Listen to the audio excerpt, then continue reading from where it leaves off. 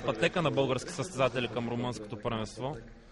А това означава, че по някакъв начин ще да се повдигне като цяло нивото и самочувствието на българските състезатели. Но за съжаление не се развиха нещата така.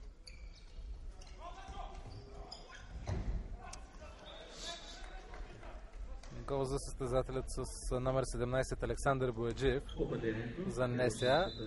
10-9. В футбола се получи нещо такова. Вече няколко футболисти играят в добри отбори в Румъния от средата и нагоре от средата на таблицата. И футболното им първенство също е, това съм напълно убеден, като го казвам, доста по-добро от българското. Всъщност то кое ли е по-лошо, по-слабо от българското? Точно това щях да допълня. Мисля, че дори във футбола вече отстъпваме на всички кумши около нас на Балканите. Просто отново Димитър Петков на 7-метровата линия и безпогрешен. 8-ми негов гол. Само 3 други състезатели са отбелязвали голове. Това всъщност не е много добре и за нашия отбор, защото да се разчита основно на един състезател и ако се предприемат някакви по-сериозни мерки срещу Димитър Петков, може сериозно да закъсаме в нападение.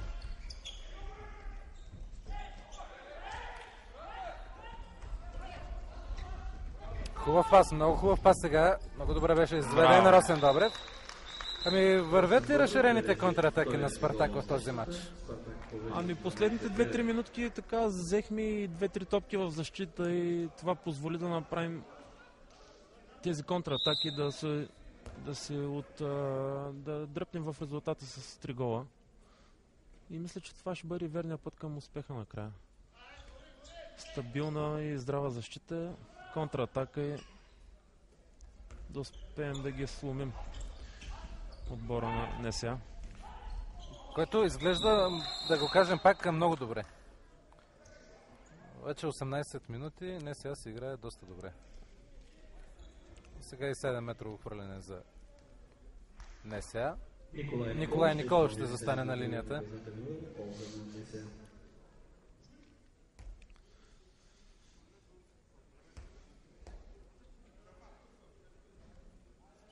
Мирослав Данаилов или Николай Николов?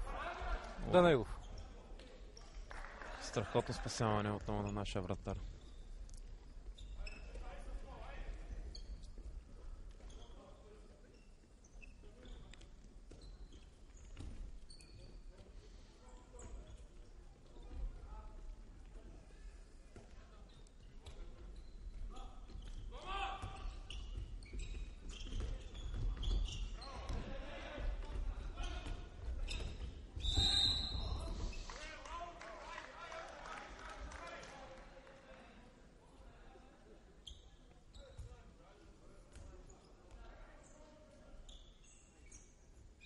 Метра за Спартак. Хубаво беше атаката раздвижена, но не донесе до удар. О, браво! Страхотно изпълнение на Николай Николов.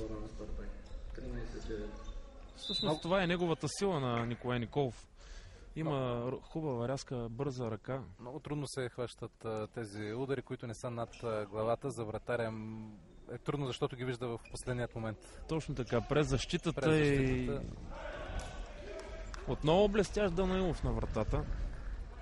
Ето виждате как лека по лека започнахме да се откъсваме в резултата. Може би няма да достигнат и физическите сили, вече сме 20 минута на полувремето. Да, при всички положения това ще стане. Очаквах малко по-късничко обаче да се получи, да се поизцедят силите на студентите.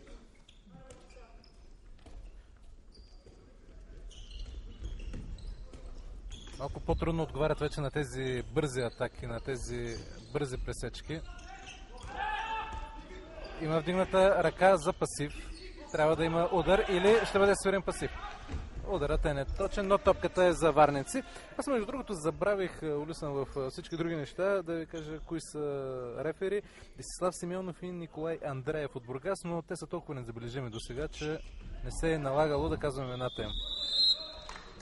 Това е 7 метра след интервенцията на Георги Методиев Георгиев. Това според мен си беше чисто изпросено 7-метрово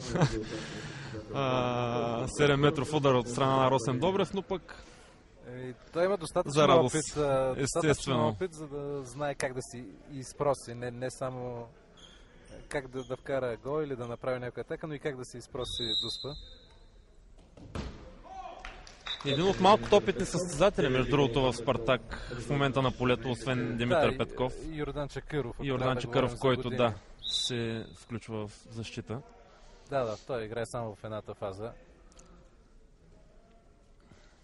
Но имайте предвид, уважаеми зрители, че това са играчи над 35 години, което във всеки спорт си е някаква доста висока граница.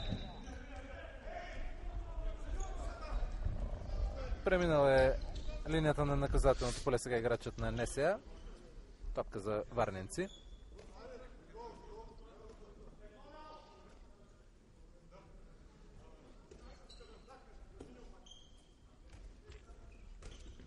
Отново Спартак в нападение.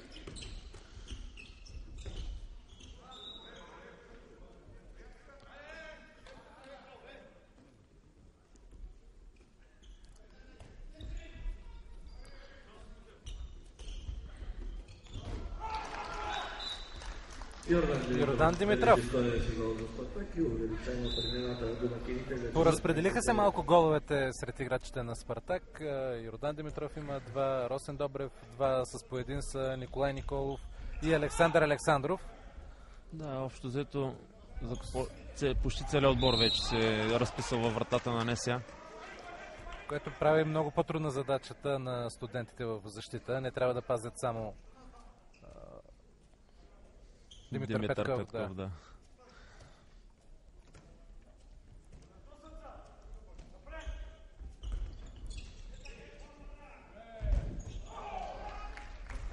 Отново страхотен Мирослав Данилов.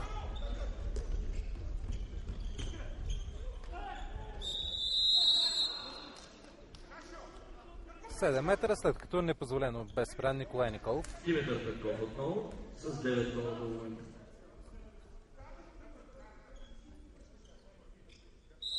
Борислав Иванов се завърна на вратата.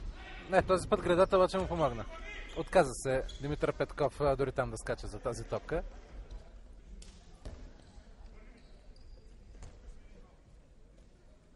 Добър помощник в този случай за вратаря на НСА.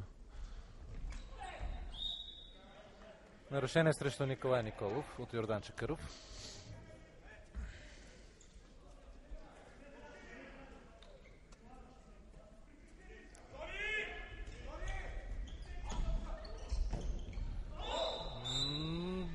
Да, това е гол. Малко щастлив. Това е гол на Димитър Янев, но пък не можем да не отчетем и добрата работа на гардовата линия на НСА и те добре се движат. Създават проблеми на защитата на Спартак.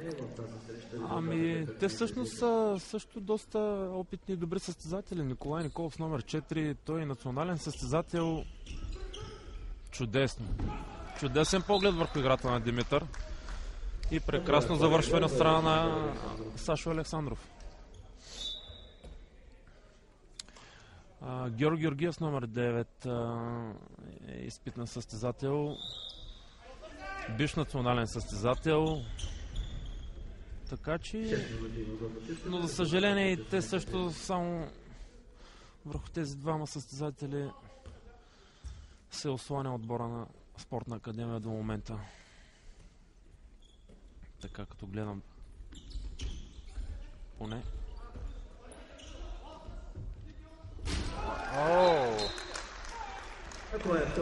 Първи гол на Веселин Георгиев, който видяхте от дясното крило, къде отиде при тази акция и завърши успешно. Веселин Георгиев също състезател, който дойде от Локомотив, момче с много качества, но той е още 20 годишен, но това му е първи сезон в професионалната група на хандбала и няма нужното самочувствие, няма още нужния респект, така да кажа,